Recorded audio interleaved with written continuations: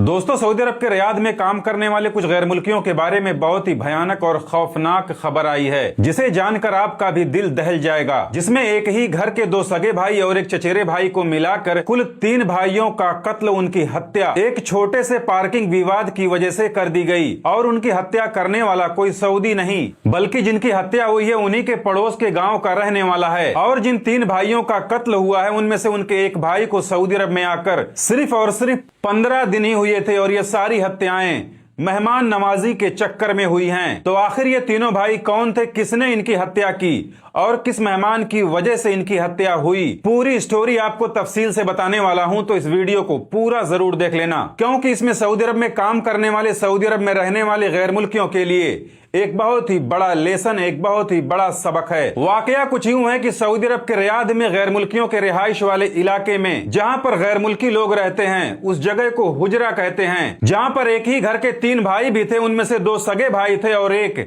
चचेरा भाई था। सगे भाइयों में से एक भाई को अभी सऊदी अरब में आकर सिर्फ 15 दिन ही हुए थे। तीनों भाई एक ही कमरे में रहते थे। 2 भाई तो काम कर रहे थे क्योंकि वो पुराने थे, लेकिन एक भाई जो नया आया था वो अभी काम की तलाश में था। खैर, सब कुछ ठीक ठाक चल रहा था। इसी दौरान एक दिन शाम को उनके यहाँ एक मेहमान आता है। वो शायद उनका कोई जानने पहचानने वाला था या फिर उनका कोई रिश्तेदार था जो उनसे मिलने आया था। खैर, जब वो जाने लगा तो घर के बाहर उसे कुछ अनजान लोग घेर लेते हैं और उनके बीच कुछ कहासुनी और बहस शुरू हो जाती है। उनकी आवाज सुनकर एक भाई घर से बाहर आता है और देखता है कि उसके मेहमान को कुछ लोग घेरे हुए हैं, उससे किसी बात को लेकर झगड़ा कर रहे हैं। फिर वो उनके बीच बचाव करने के लिए जाता है और उनसे कहता है कि ये मेरा मेहमान है, अगर आप लोगों के बीच कोई मसला है तो वो मसला कहीं और जाकर आप लोग सुलझा लो, यहाँ मेरे घर के सामने झगड़ा मत करो। तभी उस मेहमान से झगड़ा कर रहे लोगों में से एक आदमी किसी धारदार चीज से उस पर हमला कर देता है, जिससे वो एक भाई बुरी तरह जख्मी हो जाता है। उसकी आवाज सुनकर जब दूसरा भाई बाहर आता है तो देखता है कि उसका भाई लहू लहान पड़ा हुआ है, और जब वो घबरा कर अपने भाई को बचाने जाता है तो वो लोग उस पर भी हमला कर देते हैं, जिससे वो भी बुरी तरह घायल और लहू लहान हो जाता है। और जब इस हंगामे की आवाज को सुनकर उनका तीसरा भाई बाहर आता है तो देखता है कि उसके दोनों भाई बुरी तरह जख्मी और लहू लहान पड़े हुए हैं। और फिर जब वो भी उनको बचाने के लिए आता है